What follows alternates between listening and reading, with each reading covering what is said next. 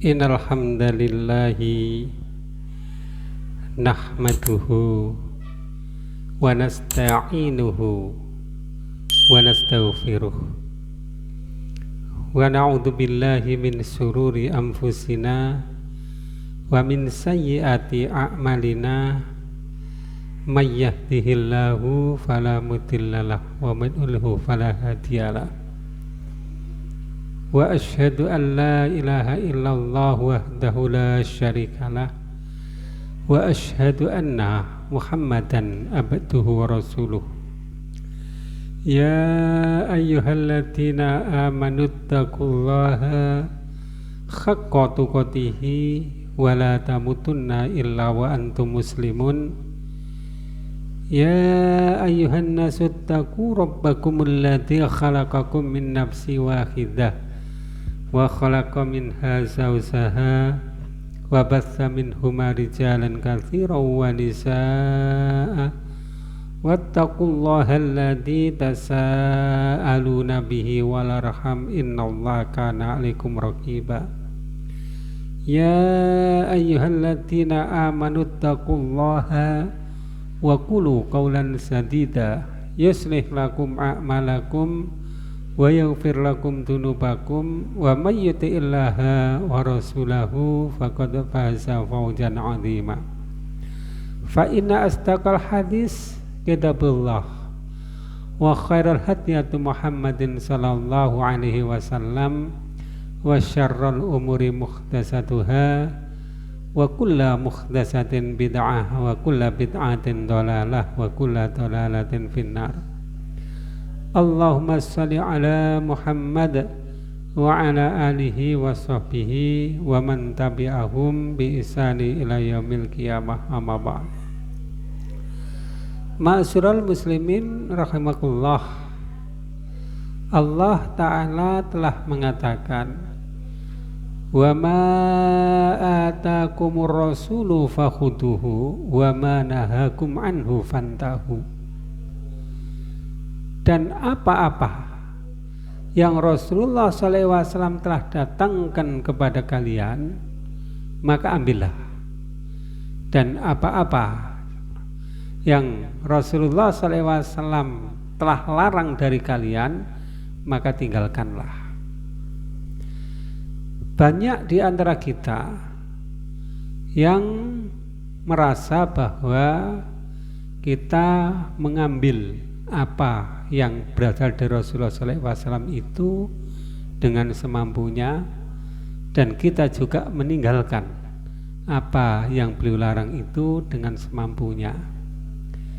Kadang-kadang kata semampunya ini dipahami dengan sekedar kemampuan kita, padahal di dalam kita menjalankan dinullah ini kita harusnya melakukan dengan kesungguh-sungguhan, kita melakukan dengan penuh kemampuan, kita menjalankannya dengan penuh tanggung jawab. Jadi kalau ada perkataan mastata'tum sesuai dengan kemampuan kalian, kadang-kadang kita mudah untuk mengatakan saya tidak mampu ya, ada kendala dikit kita katakan saya tidak mampu. Padahal jika diteliti, jika perhatikan, perkataan tidak mampu itu enggak tepat. Yang tepat adalah saya tidak mau ya. Jadi antara mampu dan mau akhirnya menjadi rancu ya. Jadi kalau kata semampunya itu dasarnya adalah ya, semampunya kita kerahkan kemampuan kita, kita kerahkan daya kita hingga akhirnya mentok, baru kita sebut tidak mampu. Tapi kalau kita belum berupaya atau dengan sedikit upaya saja kemudian kita malas, maka kita mengatakan saya tidak mau, maksudnya demikian. Nah, jadi kita menjalankan din ini dasarnya adalah memang dengan kesungguh-sungguhan, dengan keseriusan. Jadi apa yang Allah Ta'ala telah datangkan kepada kita sebagai sebuah perintah, maka kita kerjakan dengan mengerahkan seluruh kemampuan kita hingga sampai pada batasnya. Ya. Namun jika larangan itu memang ada batasan, ya, harus ditinggalkan tanpa ada perkataan semampunya. Ya. Jadi harus kita perhatikan bahwa din ini diturunkan oleh Allah kepada kita memang sebagai jaminan keselamatan kita. Maka agar kita benar-benar selamat, maka harus kita perjuangkan dengan sepenuh kemampuan. Nah, barangkali kata Mas Tatum itu kita ubah maknanya menjadi sepenuh kemampuan. Nah, kadang-kadang kalau diartikan semampunya saja, kadang-kadang kita katakan, oh nggak mampu gitu. Tapi diupayakan dulu dengan sepenuh kemampuan. Kalau memang nggak mampu, ya itu adalah batas kita. Di dalam Al-Quran juga disebutkan, ya, Allah Ta'ala mengatakan, wa innaka la tahdi ila siratim mustaqim. Dan sesungguhnya kamu sungguh-sungguh benar-benar memberi petunjuk kepada jalan yang lurus. Siratillah, yaitu jalan Allah. Nah, ini kalau kita ambil contoh dari Rasulullah SAW, Rasulullah SAW itu diutus oleh Allah untuk menyampaikan petunjuk, memberikan kepada manusia petunjuk kepada jalan yang lurus itu. Dan contoh yang kita perhatikan dari diri Rasulullah, bahwa beliau laksanakan tugas itu bukan semau beliau, ya, tetapi beliau lakukan tugas itu dengan sepenuh kemampuan. Dikerahkanlah segala kemampuan beliau untuk menjalankan tugas memberi petunjuk kepada manusia tersebut. Kalau kita lihat di dalam sirah beliau, bagaimana perjuangan beliau di dalam memberi petunjuk kepada manusia tersebut. Sejak dari awal dakwah hingga akhir dari kehidupan beliau, penuh dengan perjuangan yang sangat berat. Dan beliau tidak mudah untuk mengatakan, saya tidak mampu ya Allah. Tidak mudah untuk mengatakan, saya tidak mampu mengerjakan tugas ini. Tapi beliau lakukan dengan sepenuh kemampuan, mengerahkan segala daya dan upaya yang mungkin juga tidak bisa dibilang lagi berapa banyaknya. Nah, itu baru dilakukan dengan sepenuh kemampuan. Dilawan oleh orang-orang dari kaumnya sendiri, yaitu Quraisy. Beliau tidak menghentikan dakwahnya. Walaupun seandainya seluruh Quraisy menentang dakwah beliau, beliau tidak hentikan dakwahnya. Nah, bahkan ketika ini terdapat dalam kitab sirah, ya, orang-orang Quraisy datang kepada paman beliau karena paman beliau telah mengatakan, pergilah kau wahai anak saudaraku, lakukan apapun yang kamu inginkan. Demi Allah, engkau tidak akan mendapatkan sesuatu yang tidak menyenangimu selama aku masih hidup. Nah, ini jaminan perlindungan dari paman beliau. Karena memang dengan jaminan itu, orang Quraisy tidak bisa berbuat banyak kepada beliau. Ya, orang Quraisy tidak bisa, ya, berbuat langsung ingin mencelakakan beliau.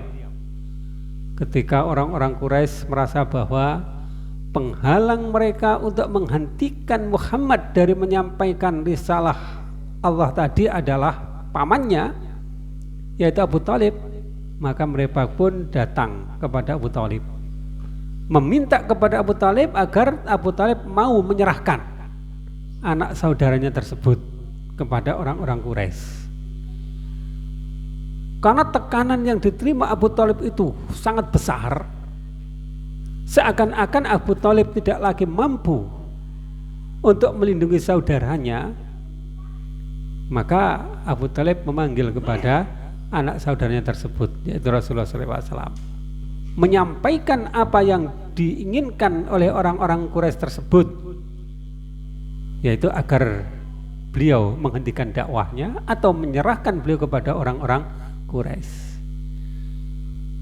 Mendengar pamannya seakan-akan melemah dari melindungi beliau, seakan-akan menyerah kepada Quraisy, maka beliau katakan, yang terkenal dalam kitab sirah ini ya, dalam kitab hadis nggak ada ya, ya ami, wahai pamanku, jika mereka meletakkan matahari di tangan kananku dan bulan di tangan kiriku dengan harapan agar aku menghentikan dakwah ini, maka tidak akan aku hentikan ya, hingga Allah memenangkan agama ini atau diriku hancur kepadanya karenanya ya. Maka digambarkan dalam kitab sirah tersebut, lantas beliau menangis setelah mengucapkan kata-kata itu kepada pamannya. Maka dipanggillah beliau oleh pamannya, kemudian dikatakan, wahai anak saudaraku ya, lakukan apapun yang kamu inginkan, demi Allah engkau tidak akan mendapatkan sesuatu yang tidak kamu senangi selama aku masih hidup. Nah, itu contoh gambaran dari keteguhan Rasulullah SAW untuk la tahdi ila suratil mustaqim, memberi petunjuk kepada jalan yang lurus. Dan kita jumpai bagaimana perjuangan beliau yang demikian berat di Mekah, dikucilkan oleh penduduk Mekah dalam waktu yang sekitar 3,5 tahun bersama dengan Bani Hashim dan Bani Thalib di sebuah lembah di masa pemboikotan. Sahabat-sahabatnya disiksa dan sebagian harus rela keluar ke negeri yang lain untuk berhijrah, sebagian dibunuh, bahkan beliau pun mengalami beberapa kali percobaan pembunuhan. Tapi itu tidak menghentikan beliau dari menyampaikan risalah tersebut, hingga ketika memang beliau sudah tidak mampu lagi bertahan di Mekah, beliau tidak menyerah. Beliau ke Taif, diperlakukan dengan buruk oleh penduduk Taif, ke Bani Abdullah, ke Bani Hanifah, ke Bani As-Sa'sa'ah, dan macam-macam, ditolak semuanya. Nggak ada yang berani, nggak ada yang mau melindungi beliau. Beliau toh tidak menyerah, sampai akhirnya beliau sendiri harus meninggalkan negeri dan kampung halamannya untuk berhijrah ke Madinah. Dan setelah di Madinah kondisi juga belum aman, peperangan demi peperangan harus beliau lakukan, hingga jika dihitung pengorbanannya, pengorbanan sudah tidak bisa dihitung lagi. Berapa sahabat yang gugur, berapa harta yang harus dikorbankan ya, berapa banyak pengorbanan yang lain yang harus beliau lakukan. Nah, itu masuk di dalam kategori memberi petunjuk dengan penuh kemampuan, sepenuh kemampuan. Nah, jadi kalau kita ya, menjalankan din kita ini, alasannya adalah semampunya. Contoh puasa ya, begitu merasa lapar ya berbuka, alasannya apa? Nggak mampu ya. Apalagi kalau sholat malam itu. Sholat malam alasannya sangat banyak itu. Kenapa sholatnya cuma 2 rakaat di akhir malam? Alasannya nggak mampu untuk bangun lebih awal lagi. Atau mungkin juga dakwah, alasannya nggak mampu. Nah, nggak mampunya kita ini karena kita sebenarnya bukan tidak mampu, tapi tidak mau. Kenapa? Karena potensi kita masih banyak, waktu kita masih banyak, kekuatan kita masih banyak, daya kita masih banyak, tapi kita tidak mau mengerahkan dengan sepenuh kemampuan itu ya. Nah, inilah ifafinakumullah, sampai pada tingkat yang tertinggi nanti adalah jihad fisabilillah, yaitu perjuangan di jalan Allah, di mana kita harus mengerahkan segala kemampuan kita, seluruh kemampuan kita untuk meninggikan kalimat Allah. Ya. Kemudian di dalam ayat lain, wa qala ta'ala, Allah Ta'ala mengatakan, falyahdharil ladzina yukhalifuna an amrihi, dan hendaklah orang-orang ya, merasa takut terhadap apa yang mereka menyalahi perintahnya, yaitu perintah Allah, antusibahum fitnah, bahwa mereka akan ditimpa fitnah, au yusibahum adabun alim, ya, akan menimpa kepada mereka azab yang sangat pedih. Jadi ini bukan hal yang main-main. Jadi Allah benar-benar mengancam. Jadi kalau Allah mengancam, jangan dianggap itu hanya live service. Ya, sama dengan ketika Allah memberi janji, jangan dianggap omong kosong. Ya, tapi ini benar-benar sebuah ancaman yang harus kita perhatikan. Terhadap siapa? Orang-orang yang menyalahi perintah Allah. Ya, menyalahi perintah Allah bisa dengan ya, melanggar perintah-perintahnya dan juga melanggar larangan-larangannya. Ya, Allah mengancam hendaklah mereka takut. Apa yang ditakutkan? Yang ditakutkan adalah fitnah akan menimpa kepada mereka, atau adab yang sangat pedih akan menimpa kepada mereka. Nah, ini fa'idhamullah, jika kita perhatikan ya, di akhir-akhir ini ya, mungkin nggak salah kalau kita katakan bahwa alam tidak lagi bersahabat dengan manusia. Jadi hampir seluruh fenomena alam itu menjadi musibah bagi manusia. Hujan menjadi musibah bagi manusia, menghancurkan harta, bahkan juga membunuh jiwa.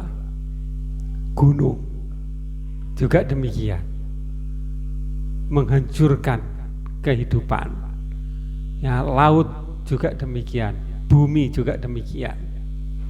Bahkan berita akhir-akhir ini kita jumpai kebakaran molder yang besar yang konon di Los Angeles, sampai yang lebih kecil di Jakarta dan di beberapa tempat yang lain. Jadi seakan-akan alam ini bersatu untuk ya, menjadi fitnah bagi manusia. Ya. Seakan-akan gak bersahabat lagi pada manusia. Demikian pula cuaca. Ya, mungkin banyak penyakit yang timbul karena cuaca tersebut. Makanan juga menimbulkan banyak penyakit dan macam-macam yang ada. Maka apa yang harus kita pikirkan jika kita menjumpai hal semacam itu? Yang harus kita pikirkan adalah sesungguhnya ya, apakah ini termasuk orang yang bertakwa atau tidak? Apakah kita ini termasuk orang-orang yang menjalankan perintah-perintah Allah atau tidak? Karena kalau kita ini orang-orang yang amanu wattaqau, orang-orang yang beriman dan bertakwa, kata Allah, la fatahna alaihim barakatim minas sama'i wal ardh. Ya, Allah akan membukakan pintu-pintu keberkahan di langit maupun di bumi.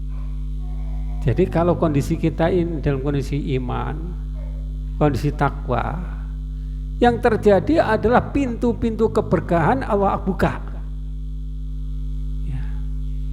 Tapi jika sebaliknya, yang kita alami ini adalah musibah demi musibah, ya, fitnah demi fitnah, siksa demi siksa, maka barangkali kondisinya berbalikan dengan kondisi iman dan takwa tersebut. Sehingga mestinya apa yang harus kita lakukan? Ya, kita koreksi diri. Ya, kita tidak sungguh-sungguh untuk menjalankan perintah-perintah Allah. Kita tidak sungguh-sungguh untuk menetapi perintah-perintahnya. Sehingga yang terjadi adalah fitnah, musibah, adab. Ya. Dan orang biasanya tidak mau disebut seperti itu. Bahkan ketika musibah besar sekalipun, jika kita katakan itu adalah adab dari Allah, kita yang dikecam. Ya. Mereka bilang nggak ada empatinya, nggak ada simpatinya, kan gitu. Padahal adab itu benar besar dan timpakan kepada orang-orang yang jelas dalam pandangan dohir mereka melakukan perbuatan-perbuatan dosa. Ya. Jadi mereka berusaha memperlunak kata-kata yang akhirnya mengaburkan pada hakikatnya. Ya. Nah, kalau adab sampai membinasakan ya, jiwa, menyibukkan harta, ya memang adab dari Allah yang ditimpakan oleh Allah kepada sebuah kaum yang bagi orang-orang beriman, maka itu mestinya menjadi pelajaran, harus diambil ibrohnya. Jadi yang pertama kali ya harus koreksi diri. Ya, benar enggak kita ini orang-orang yang teguh dalam menetapi perintah-perintah Allah, ataukah kita orang yang tidak memperhatikan perintah-perintah Allah tersebut? Ya sebenarnya hati kita bisa menjawab itu. Ya. Hanya kadang-kadang kita mungkin terhalang untuk mengatakan yang sebenarnya karena hujatan akan ditujukan kepada kita nanti. Ada orang dapat musibah enggak ada empatinya misalnya. Ya. Enggak ada simpati, lebih baik diam dan sebagainya. Akhirnya orang tidak bisa ngambil pelajaran. Ya, kayak kemarin itu ada yang bertanya, ya, konon kota Pompei yang sudah tertutup tanah selama sekitar 2000 tahun itu bisa digali kembali dan kota itu tetap utuh sebagaimana 2000 tahun yang lalu.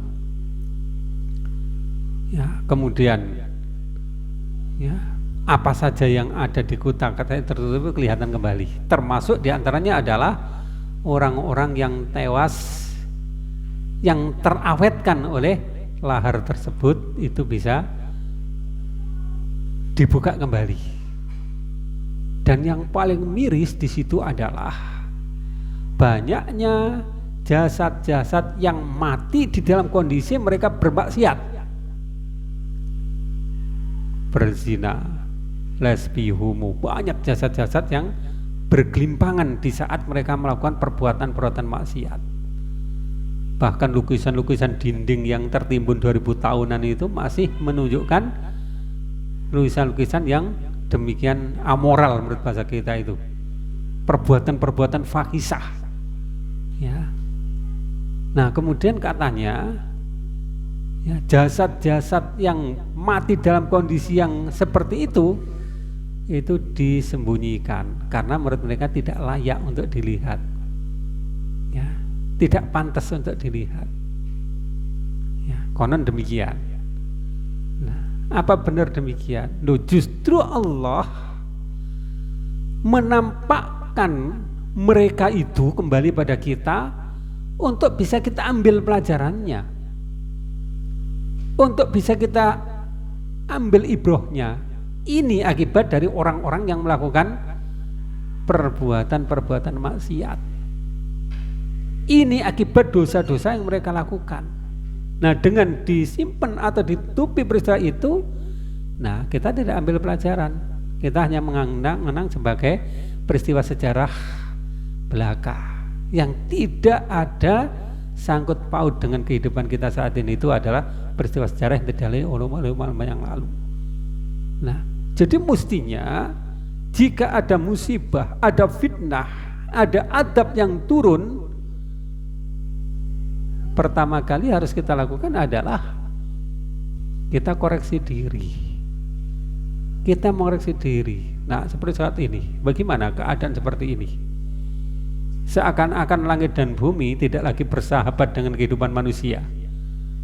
seakan-akan semuanya bersatu padu untuk menimpakan fitnah bagi manusia.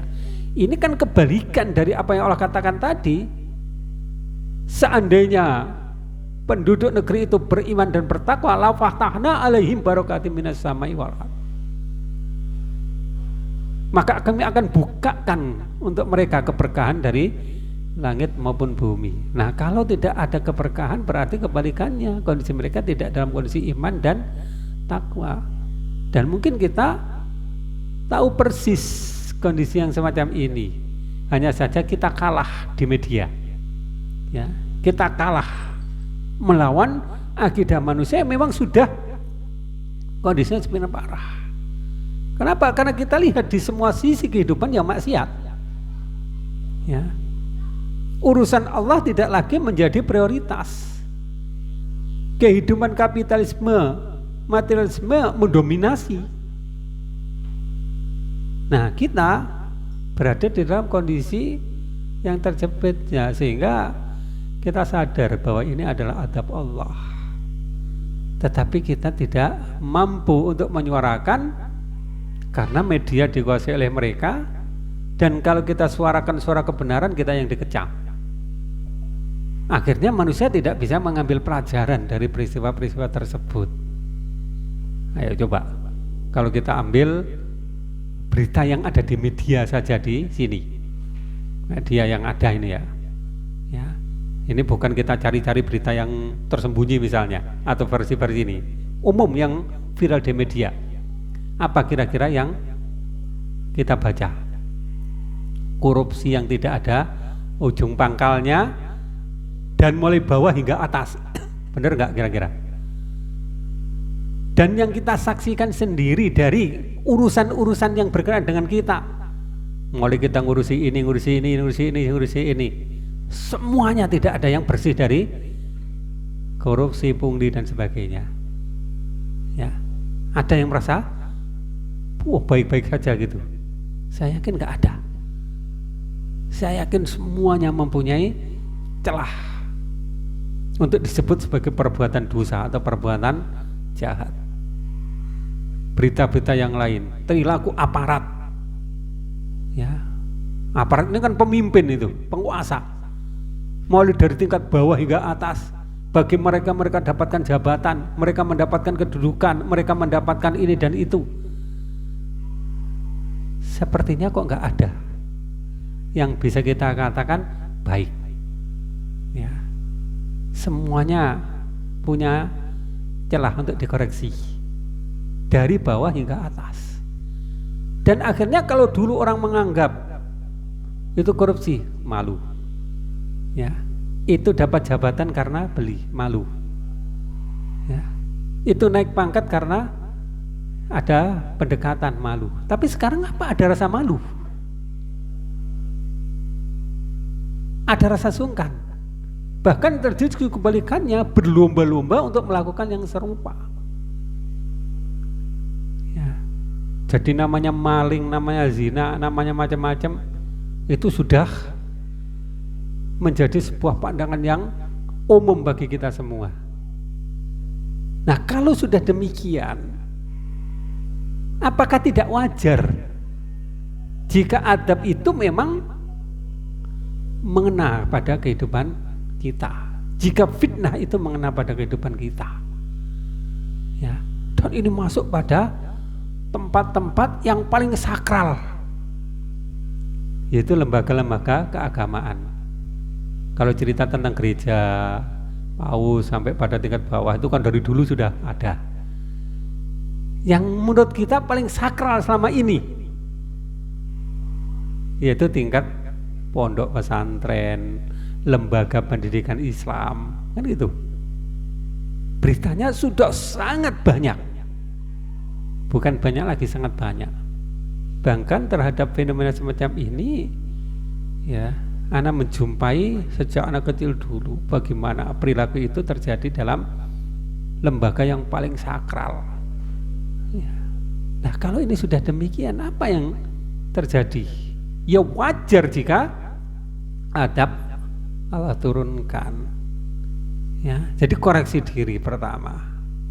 Yang kedua, ya tentu hasil koreksi itu ya membuat kita sadar bahwa ini adalah salah kita, ini adalah kekeliruan kita, yang dengan menyadari kesalahan, menyadari kekeliruan, ya harusnya ada pertaubatan, harusnya ada proses pertaubatan. Sehingga dulu ada istilah taubat nasional gitu ya, harus taubat nasional ini ya, kenapa? Karena dosanya sudah menasional. Bahkan sekarang bukan lagi taubat nasional, tapi taubat alamiah, taubat global, taubat sedunia.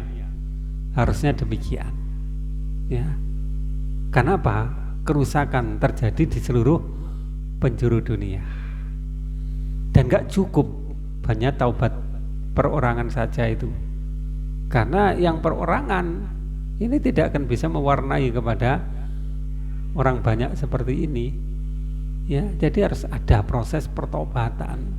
Contoh ya, ketika nabi-nabi ini orang pilihan Allah, dipilih dari umat yang terbaik ya, di antara umat yang ada ya.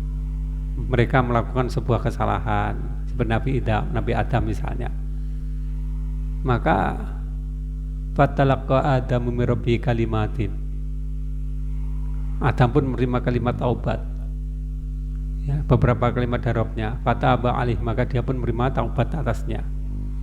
Beliau bertaubat, nyadari kesalahannya kemudian bertaubat.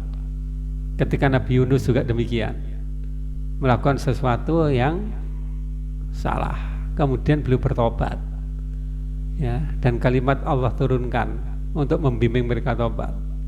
Rabbana zalamna anfusana wa illam taghfir lana wa tarhamna lanakunanna minal khasirin.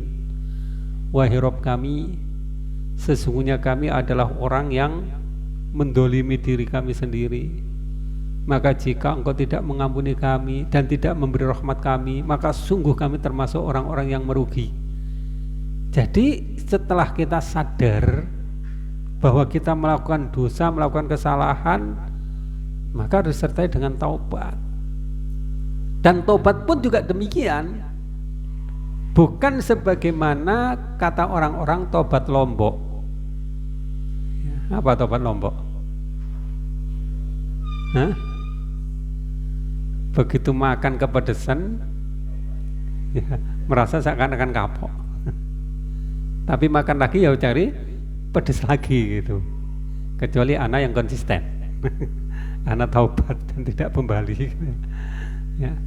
Ya, jadi seperti itu. Dan ini memang hal yang bisa kita praktekkan nanti dalam kehidupan kita itu. Tobat yang benar-benar, koreksi seluruh kesalahan-kesalahan kita, mulai dari yang paling kecil sampai besar, kemudian mohon ampun yang benar-benar kepada Allah ya. Nah ini mungkin kadang-kadang kita tobatnya secara umum ya, ya Allah ampunilah segala macam dosa kita gitu ya. Ya Allah ampunilah segala dosa-dosa saya gitu. Karena kita nggak tahu dosanya, sehingga kita nggak sungguh-sungguh coba tahu dosanya ya. Kita koreksi dosa apa kira-kira itu, sehingga seakan-akan benar-benar bersih ya. Ibaratnya kalau kita membersihkan ya, perabot rumah tangga kita itu, katakanlah panci gitu ya, karena kita nggak tahu kotornya di mana, celah di mana, ya kita bersihkan segalanya gitu. Tapi kalau tahu ini ada yang kerak yang sulit dibersihkan, maka kita akan sungguh-sungguh membersihkan itu, sehingga keluarnya panci itu benar-benar bersih.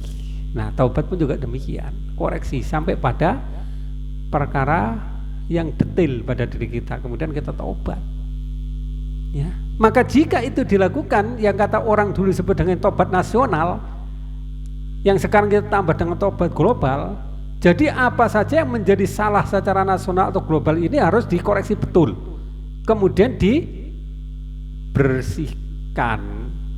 Jadi kalau ada koruptor sekecil apapun ya harus dihentikan itu ya. Jangan sampai dimaafkan walaupun hal yang sangat kecil. Kalau ada orang yang berzina sekecil apapun ya harus ditindak. Ya.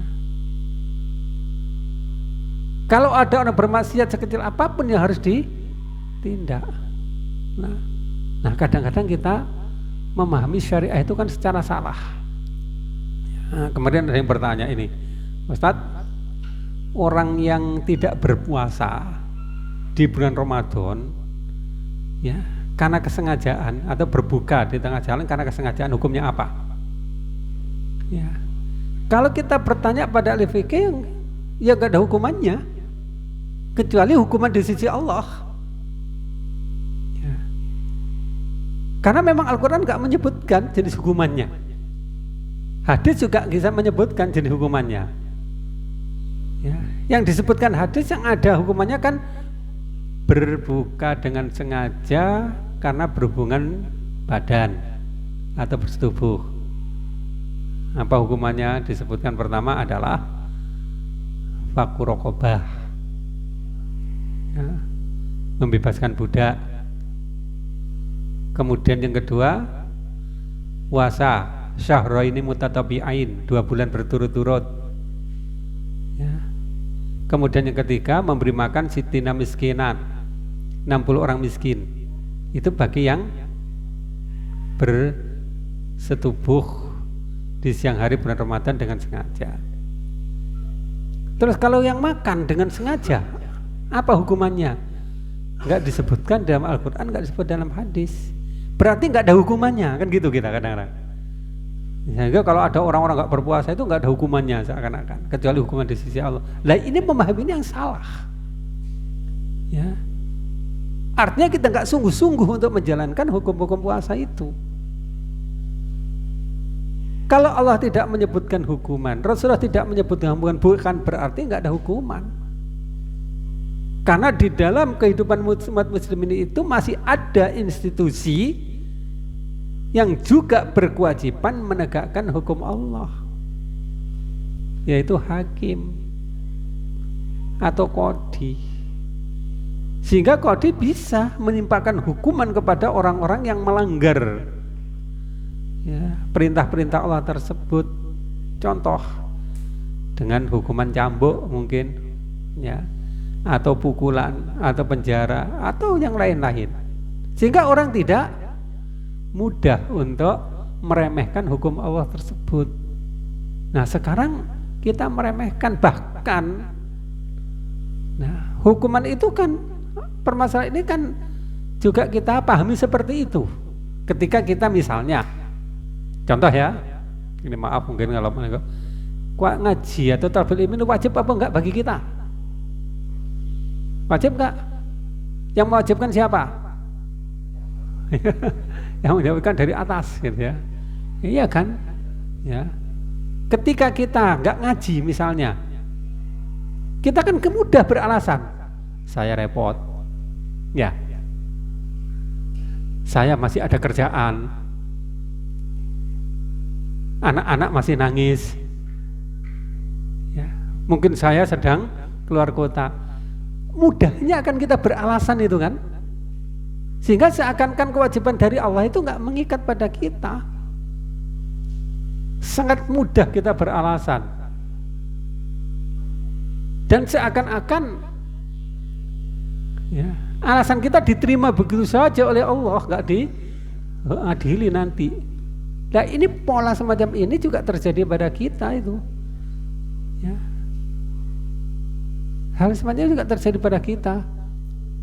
Jadi agama ini akhirnya jadi apa? Ya jadi aturan moral saja, ya. Nggak bersifat progresif, nggak bersifat positif, hanya aturan moral saja. Ya. Alasan ya bisa jadi kita beralasan, dan mungkin orang tidak menuntut dengan alasan apapun pada kita, tapi apakah kita merasa aman dengan pengadilan Allah? Ya, apakah kita merasa aman dengan hisab di sisi Allah? Nah, maka di sini, ya, Allah katakan falyahdharil ladzina yukhalifuna an amrihi, maka hendaklah takut orang-orang yang menyalahi perintahnya. Antusibahum fitnah, bahwa fitnah akan menimpa kepada mereka, au yusibahum adabun alim, atau akan menimpa kepada mereka siksa yang sangat menyakitkan. Inilah kita takut, ya. Nah kadang-kadang, dengan mudahnya kan kita mengabaikan hal semacam itu. Ya alasannya banyak, dan bisa mungkin toh ustadznya tidak bisa memberi hukuman, toh ustadznya tidak bisa membantah alasan. Ya memang kita yang nggak mewajibkan. Tapi kalau kita sadar itu perintah Allah,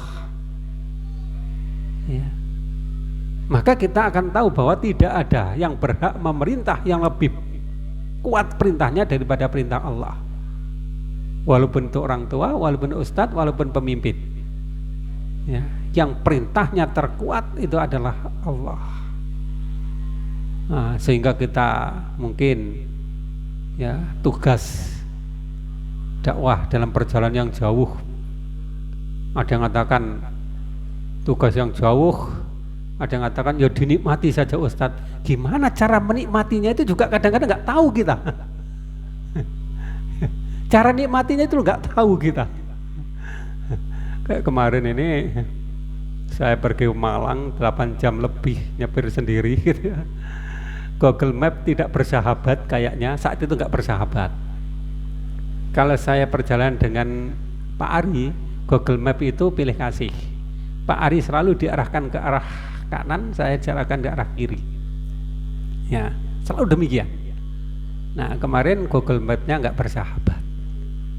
Karena perjalanan malam diarahkan ke kiri. Nah nasib navigatornya kan anak saya perempuan itu, ya, diarahkan ke jalan-jalan yang masuk gang, sempit, mendekati ujung, masuk hutan cukup jauh, jalan sempit gelap, sampai pada, ya, markas komando latihan marinir. Jalannya rusak berat, masya Allah gitu, ya. Jadi kata orang sampai di sana, saya aja kalau lewat situ mencari jalan lain Ustaz. Gitu. Nah, ya. Nah, gampang kadang-kadang. Ya dinikmati aja, iya dinikmati. Coba bagaimana cara kita menikmati lo kadang-kadang kita nggak tahu. Ya, bagaimana cara kita menikmatinya sementara harus melakukan ini, melakukan ini gitu. Itu aman sebenarnya. Artinya bagaimana jika Rasulullah nikmatinya gimana itu? Di sini ditolak, di sini dihina, di sini diusir. Gimana cara bisa menikmatinya itu? Nah, maka disinilah perjuangannya seperti itu. Ya, nggak boleh kita, ya kalau nggak mampu ya nggak usah. Kalau ngantuk ya tidur, gitu ya. Kalau capek ya istirahat, nggak bisa gitu kan. Kalau ngantuk ya bertahan supaya nggak ngantuk, gimana gitu. Kalau capek ya berusaha. Bagaimana kalau nggak capek? Bahkan kalau sakit ya harus berusaha bagaimana sembuh, walaupun katakanlah obat yang harus kita minum. Kata orang-orang, obat kimia itu berbahaya.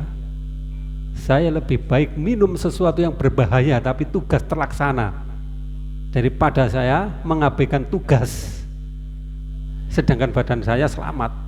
Apa nilai dari badan? Nggak ada. Lebih baik makan sesuatu yang berbahaya sekalipun tetapi tugas bisa dilaksanakan, ya. Nah kadang orang mengeman fisiknya, badannya, nah tugas dari Allah diabaikan, ya, perintah dari Allah diabaikan. Nah jadi timbang yang baik. Jadi Allah turunkan perintah itu bukan dengan main-main. Kalau mampu ya laksanakan, kalau enggak ya enggak gitu. Ya memang kenyataan harusnya seperti itu, tapi masalahnya makna mampu ini yang kadang-kadang kita ubah dengan mau. Ya. Laksanakan dengan semampunya, kita ubah menjadi laksanakan semaunya, gitu ya. Jadi gampang kita beralasan. Kenapa enggak dilaksanakan? Karena enggak mampu. Kenapa nggak dirasakan? Karena sakit. Kenapa nggak dirasakan? Karena capek. Kenapa nggak dirasakan? Karena ngantuk. Kenapa misalkan kan repot? Karena anak nangis dan sebagainya. Ya, nah itulah babinawallah. Jadi dengan melihat adanya banyak ya kasus di dalam kehidupan ini di mana alam seakan-akan tidak bersahabat lagi dengan manusia, fitnah terjadi di mana-mana, adab terjadi di mana-mana, ya kita harus kembali kepada apa yang dikatakan oleh Allah. Barangkali kita tidak lagi takut jika kita menyalahi perintah-perintahnya. Din kita anggap sebagai sebuah ya aturan moral saja. Ayo kita bertobat ya, semuanya kepada Allah dengan tobat yang benar-benar, tobat yang semurni-murninya. Ya, jika anak katakan tadi, kalau kita membersihkan sesuatu, tahu mana yang kotor, maka kita akan sungguh-sungguh membersihkan yang kotor itu sampai bersih. Tapi kalau kita nggak tahu yang kotor, semua kita perlakukan sama, ya akhirnya yang kelet kotornya, keraknya nggak akan ada yang bersih itu. Ya, karena kita anggap sama semuanya. Nah, dosa-dosa, kesalahan-kesalahan ini secara umum harus dikoreksi semuanya, gitu ya. Baik, barangkali ada hal yang perlu kita diskusikan. Ya, silakan.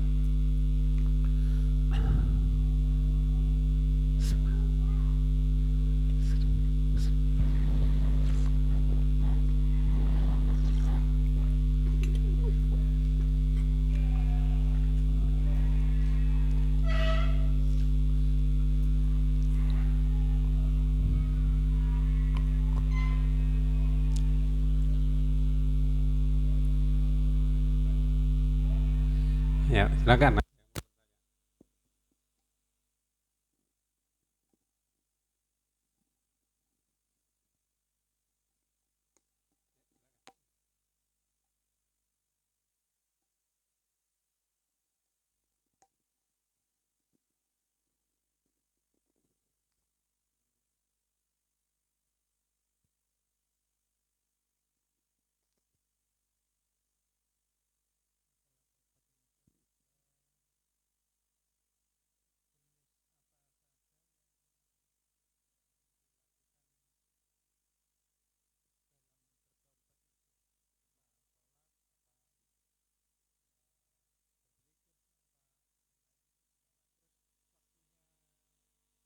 Setelah bertobat itu yang paling bagus itu gimana? Iya. Ya, baik. Jenis perkara-perkara yang perlu kita tobati itu apa saja? Ya. Ya, sehingga kita benar-benar bisa mengoreksi diri itu. Ya, perkara yang perlu kita tobati adalah seluruh perbuatan-perbuatan kita itu. Seluruh perbuatan-perbuatan kita itu, karena semua perbuatan kita itu kan terkena status hukum. Nggak ada perbuatan kita yang nggak ada status hukumnya itu. Ya, coba kita lihat dari kasus-kasus kita terdahulu, perbuatan-perbuatan kita terdahulu. Ya, dikoreksi satu persatu. Ya, kemudian kita tahu, oh itu ada kesalahan, itu ada dosa, itu ada kekeliruan, ya, maka kita lakukan taubah. Ya. Dengan apa? Dengan penuh kesadaran kita akui bahwa kita telah berbuat salah dan kita mohon ampun kepada Allah agar kesalahan itu dihapus. Dan mohon ampun bukan sekedar astagfirullahaladzim, tapi kesadaran yang penuh bahwa kita salah dan mohon ampun kepada Allah dengan sepenuh hati kita, ya, dari semua urusan-urusan kita, ya, mungkin ibadah mafdoh yaitu sholat, ya, puasa, atau mungkin melanggar hal-hal yang lain, mungkin bermaksiat apa itu, ya, itu dikoreksi secara menyeluruh. Ya. Salah kita dengan orang lain, mungkin ada kesalahan-kesalahan dengan orang lain, dikoreksi secara menyeluruh. Ya, sehingga apa yang berat ini pembersihannya juga semakin kuat. Nggak semua dibersihkan rata gitu. Akhirnya yang kerak nggak bersih nanti kan. Ya, ini berat. Ya, dibersihkan secara rata. Ya, keraknya nggak kena kebersih nanti. Yang lengket-lengket nggak bersih kalau bersihnya rata. Nah, yang cacat ini kita bersihkan gitu. Mohon ampun ya. Dan yang terbaik apa? Yang terbaik waktunya itu memang di waktu sahur, itu waktu terbaik. Kata Allah, wal mustaghfirina bil ashar. Dan orang-orang yang mohon ampun di waktu sahur, itu waktu yang terbaik untuk kita bertaubat. Dan benar-benar itu dilakukan dengan sepenuh hati kita. Ya. Kalau lafaz yang paling mudah ya kita istighfar dengan astagfirullah. Astagfirullah. Ya. Mungkin kita tambah dengan lafaz-lafaz taubat yang lain, Rabbana dzalamna anfusana wa illam taghfir lana wa tarhamna lanakuna minal khasirin. Dan juga jangan lupa nantinya memohonkan ampun untuk saudara-saudara muslim itu. Karena bisa jadi kita sudah enggak berdosa tapi saudara muslim banyak yang dosa itu. Kita mohon ampunkan dengan sungguh-sungguh. Ya. Nah, ana juga senantiasa mohonkan ampun untuk antum sekalian, memohonkan rahmat untuk antum sekalian, mohonkan petunjuk untuk antum sekalian. Kan nggak bisa seorang diri, ya kita harus bersama-sama. Ya. Nah demikian juga siapapun, entah orang tua kita dan sebagainya itu, dengan penuh kesadaran. Nah ada kalimat lain yang diajarkan Rasulullah SAW yang biasa disebut dengan Sayyidul Istighfar itu. Allahumma anta Rabbi, ya Allah sesungguhnya adalah Rabbku. La ilaha illa anta khalaqtani, tidak ada yang berhak diibadahi kecuali Engkau yang telah menciptakanku. Wa ana abaduk, dan aku adalah hambamu. A'udzubika min syarri ma sana'tu, aku mohon perlindungan dari keburukan-keburukan yang pernah aku perbuat. Nah ini kadang-kadang keburukan yang pernah kita perbuat ini punya pengaruh pada kita itu. Yang mungkin keburukan itu sudah mendarah, mendaging, atau mungkin mengalir dalam aliran darah kita itu. Ya, lah itu kita mohon ampun juga. Makanya disebut a'udzubika, aku berlindung kepadamu.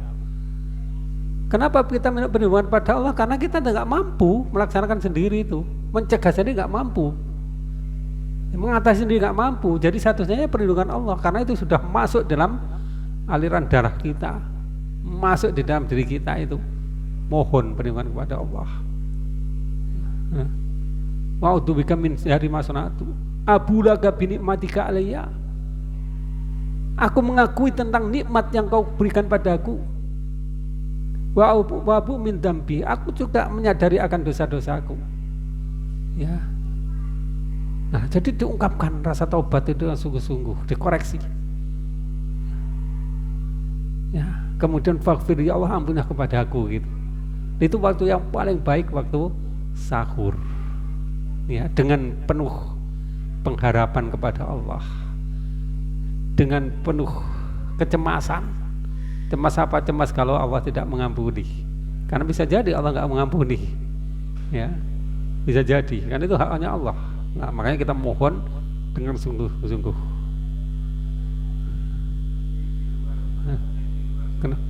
Ya, di luar sholat. Jadi kalau menurut riwayat Ibnu Umar itu bertanya kepada Nafi ketika dia sholat. Ya, habis sholat tentunya ya. Apakah sudah datang waktu sahur? Jika Nafi mengatakan belum, maka dia lanjutkan sholat.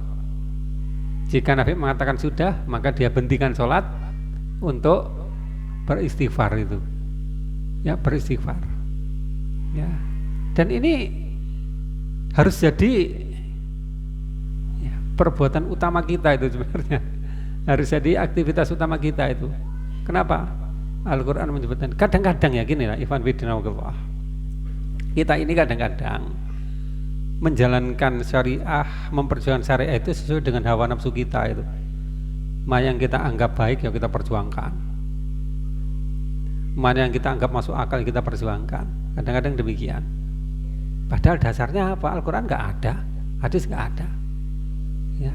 Tapi yang ada dalam Al-Quran kita memperjuangkannya nggak sungguh-sungguh seperti kita katakan tadi. Wal mustaghfirina bil ashar itu ada dalam Al-Quran. Al-Quran. Tapi perjuangan kita di situ nggak sungguh-sungguh gitu loh. yaitu orang yang mohon ampun kepada Allah di waktu sahur. Nah ini ada melakukan, kok nggak sungguh-sungguh kita lakukan itu. Dalilnya jelas, ya, petunjuknya jelas. Nah itu masih sungguh-sungguh, ya. Nah kadang-kadang ada tangis, ya. Saya nggak mudah nangis, Ustaz. Karena kita nggak mudah nangis itu kenapa? Ya memang nggak harus nangis, tapi walaupun nangis kepada Allah itu ya perkara yang baik, ya. Ya kalau nggak mudah nangis ya berarti dunia kita terlalu banyak, gitu. Beban dunia kita terlalu banyak, ya. Agar hati kita lembut, ya beban yang keras-keras dari dunia itu harus kita hilangkan itu untuk melembutkan hati. Kalau melembutkan hati ya mudah, hatinya lembut ya mudah tersentuh. Ada sedikit dosa kita terasa, sedikit salah kita terasa, itu yang terbaik, ya. Jadi menyalahi perintah Allah ini sudah banyak terjadi pada diri kita, dikoreksi semuanya. Dan insya Allah ada hasil, insya Allah ada hasil, ya. Nah, nanti kalau kita sungguh-sungguh demikian, dan hasilnya itu memang hal-hal yang berat, hal-hal yang menjadi penghambat kita dalam pendekatan diri kepada Allah, nanti bisa kita atasi, kita hilangkan, gitu. Ya, baik. Ada lagi? Ya. Bismillahirrahmanirrahim. Saya ingin menanyakan bahwa kenapa di saat kita berhijrah terasa semakin sulit untuk untuk menemukan yang setitik sesuatu yang halal, gitu maksud saya. Dengan segala khilaf dosa yang kita lakukan kemarin dahulu kala itu, yang sekarang kita lakukan ini seolah-olah mau gini aja itu kok sulit, gitu. Sedangkan kita sudah, ya Allah, hamba yang berlumur dosa, hamba bertobat kepadamu. Dan yang kedua, saya ingin menanyakan bagaimana untuk agar hati ini tidak goyah, gitu maksudnya. Ya. Udah, ya. makasih. Ya, baik. Ya, memang kata Allah, ya kata Rasulullah SAW itu, ya, ujian itu akan senantiasa diberikan kepada orang-orang yang beriman. Jadi kalau kita nggak diuji oleh Allah berarti iman kita kurang, ya, atau mungkin nggak beriman, ya. Mungkin nggak pernah, ya. Jadi gini ya, pertama hidup kita itu butuh pembimbing, ya, harus ada pembimbingnya. Ini dulu sering saya katakan pada antum sekalian itu, dalam pergerakan itu harus ada orang tuanya, gitu. Sering dulu Anda menyampaikan, ya. Kalau nggak ada orang tua artinya alim dalam ilmu, gerakan kita, perjuangan kita itu hanya akal-akalan saja, mengikuti kemauan akal dan nafsu kita itu, ya. Yang muda yang semangat tinggi dan sebagainya, harus ada pembimbing. Ana menyadari betul itu, secara teoritis dari dulu ada, secara teoritis, ya, artinya secara ilmu ada, tetapi secara fakta itu benar-benar Ana jumpai, ya, akhir-akhir ini, ya. Ana sampai katakan, saya ini kalau ditanya hukum-hukum syariah mungkin mudah untuk menjawab, ya, hukum ini apa, ya, syarat daripada ini apa, mungkin gampang. Tetapi ada sesuatu yang saya tidak mudah untuk menjawab, ya. Ada sesuatu yang saya tidak punya ilmu kepadanya itu, ya. Dan itu bagian dari ilmu yang harus, ya, mestinya kita dibimbing oleh orang lain juga. Artinya orang alim pun harus cari pembimbing untuk memberi, ya, dia jalan, menunjukkan pada dia jalan. Dengan kataan kita nggak boleh bersikap sombong bahwa kita ini orang yang sudah berjalan di jalan yang lurus. Kita ini orang yang sudah menempuh jalan yang lurus, ya. Dan itu sebenarnya adalah nafsu kita yang berbicara, Nah, terus harus dibimbing oleh orang-orang alim itu. Nah, orang alim yang menunjukkan kepada kita nanti hijrah itu bagaimana, apa yang dilakukan, apa yang dilakukan. Ya. Dulu banyak kisah. Ya, waktu di kampus-kampus dulu banyak kisah. Akhwat-akhwat yang berhijrah banyak. Dari tidak berjilbab kemudian jilbaban. Bahkan banyak yang bercadar gitu dulu. Ya, seakan-akan semangat Islamnya tinggi. Ya, dan kita juga bangga dengan hal itu. Ya, seakan Islamnya tinggi. Dari kehidupan katakanlah yang dulu disebut kampus sekuler menjadi kehidupan Islami, seakan. Tapi setelah kita sadari ya, belakangan banyak hal-hal semacam itu dilakukan karena emosional belaka. Dorongan semangat, dorongan motivasi dari murabi, dari ini yang tinggi. Kemudian memang terbukti dalam banyak kasus. Akhirnya kita jumpai banyak yang melepas jilbab, entah itu setelah bekerja, setelah menikah, ya. Banyak yang nggak bercadar lagi setelah bekerja, setelah menikah. Itu banyak sekali kasus itu. Sehingga proses hijrahnya tadi ya sebenarnya tidak dilandasi oleh sebuah pemahaman atau iman yang kuat, hanya karena mungkin doktrin emosi dan yang lain-lain. Nah, demikian pula hijrah yang dilakukan oleh akhwat-akhwat yang lain, dibimbing oleh seorang alim. Nah, dalam kajian kita di sana itu ada dua mu'alaf ya. Nah, anak lihat, anak pertama curiga ya. Yang satu ibu-ibu ya. Ibu-ibu ini kalau diberi tugas kok semangat sekali gitu. Ya, bahkan lebih semangat dari yang lain. Bahkan ketika Anda suruh jelaskan ini itu semangat sekali dia lakukan itu. Seakan mendominasi yang lain. Muncul rasa suudon anak. Ini kok orang ini kok dalam suudon ya. Walaupun suudon bukan suudon yang sungguhnya ya. Ya tentu kita bangga, tapi di sisi lain kok orang ini kok mendominasi, apa pengen di orang kan atau gimana gitu. Nah, kemudian baru kemarin bilang, "Saya ini mu'alaf Ustaz." Kaget. Mu'alaf, tapi semangat berjuangnya, semangat ini belajarnya tinggi sekali gitu. Saya ini mu'alaf Ustaz gitu. Ya. Nah, jadi bagusnya adalah dia mau belajar. Ya.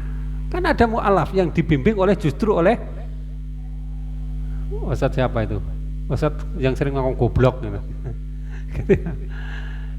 Nah, gimana proses hijrahnya bisa berjalan dengan baik? Wong gurunya kayak gitu, pembimbingnya kayak gitu. Ya. Nah, jadi berusaha untuk terus talabul ilmi ya, agar hijrahnya itu bisa berjalan dengan baik. Apa yang kita tuju, apa yang kita kerjakan itu ada pembimbing. Nah, kemudian yang kedua, kenapa ujian itu selalu menyertai kepada orang yang berhijrah? Ya, nah kita boleh melihat pada sirah Nabi. Sahabat-sahabat dulu waktu di Mekah itu orang-orang yang sudah mapan loh hidupnya. Ada Abu Bakar, ada Utsman, ada Abdurrahman bin Auf, ada Thalha bin Ubaidillah, ada Ja'far bin Abdul Muthalib, ada Mus'ab bin Umair. Itu orang-orang yang hidupnya sudah mapan. Tapi ketika mereka masuk Islam, apa yang terjadi? Hidupnya serba sulit. Ya. Ja'far bin Abu Thalib yang salah satu orang yang disegani di kabilah Bani Hashim itu pun harus meninggalkan negerinya, terusir oleh negerinya, dari negerinya. Bilal bin Rabah harus mengalami siksaan yang demikian berat. Sumayyah harus menerima kematian. Rasulullah dan Bani Hashim harus hidup di sebuah lembah yang terasing dari pergaulan masyarakat Quraisy secara ekonomi dan sosial. Nah, itu yang dialami oleh orang-orang yang berhijrah saat itu, yang masuk Islam saat itu. Dan ini juga sebagaimana yang dialami oleh ya orang-orang yang sungguh berhijrah saat ini, diuji oleh Allah. Bahkan ada di medsos itu orang Rusia kalau nggak salah itu yang masuk Islam di Indonesia itu ya akhirnya sampai harus menjadi pemulung, mungkin dengar ya. Nah, jadi orang Rusia masuk Islam, akhirnya jadi pemulung itu. Ya. Dan kasus itu banyak, ada yang dikucilkan dari keluarga, ada yang secara ekonomi diputus dengan keluarga. Contoh siapa itu? Mus'ab bin Umair, ya, diputus dari keluarga, ya. Dan banyak lagi yang semacam itu. Ya. Nah, jadi itu artinya bahwa iman itu akan disertai dengan ujian, dan ujian itu adalah cara Allah untuk membuktikan apakah kita benar-benar teguh dalam iman kita, apakah kita benar-benar kuat di dalam iman kita. Kalau kuat ya kita akan bertahan, kalau nggak kuat kita akan bertahan. Jadi artinya ujian ya tetap harus akan dialami, ya, dan harus bertahan. Jangan sampai kita mundur dari ujian tersebut. Nah, kasus ya saudara kita yang kemarin itu, ya kan dia sakit-sakitan, sampai ngambil sesuatu aja nggak mampu, ya, nggak tidur itu harus gini-gini. Tapi dalam kaji, talabul ilmi dari jarak jauh dia datang. Anak kemarin baru tahu itu, masya Allah, perjuangan orang di sana talabul ilmu ternyata berat. Rumahnya dulu jauh-jauh. Rumahnya jauh-jauh, mereka hadir di situ, ada yang sampai 40 kilo itu, ya, rajin hadir. Nah, ada yang nggak boleh sama suaminya, ada yang ya dibenci sama masyarakatnya, ya banyak macam-macamnya. Ya. Nah, itu yang pertama ya. Ya. Kemudian yang kedua, bagaimana kita bisa istiqomah dalam menempuh jalan hidayah, jalan petunjuk. Nah, istiqomah itu pertama ya harus kita mulai dari hati kita, ya. Katakanlah Rabbunallah, Rabb kami adalah Allah. Sumastaqim, kemudian istiqomahlah. Artinya apa? Yang pertama kita harus yakini bahwa kita punya Rabb, yaitu Allah. Harus yakin. Siapa Rabb kita? Itu Allah. Apa Rabb itu? Dialah pencipta kita, dialah pelindung kita, dialah pemberi rezeki kita, dialah pengatur kita, dialah raja kita, dialah tempat kita kembali nantinya. Nah, kalau kita sudah yakin demikian, apa yang bisa dilakukan oleh orang terhadap kita? Orang memusuhi, oh saya punya pelindung Allah. Orang mau memutus rezekinya dari kita, loh saya punya yang memberi rezeki, ya. Orang mau musuh kita, loh saya punya wali, ya. Bahkan jika orang membunuh kita, ya kalau mendaki ya kembali kepadanya, apa susahnya gitu. Nah, jadi kalau kita sudah katakan Rabbunallah, Rabb kami ada Allah, istiqomah, ya, istiqomah, teguh di situ. Dan semua ujian, semua masalah itu akan minggir nantinya, walaupun harus dengan perjuangan, ya. Dan perjuangan itu jangan dianggap ringan, perjuangan itu bisa berat nantinya, berat sekali, ya. Bagi siapa saja yang pernah menempuh jalan perjuangan pasti akan mengalami beratnya hidup di dalam jalan perjuangan tersebut, ya. Baik, itu dulu ya, bisa dipahami, ya.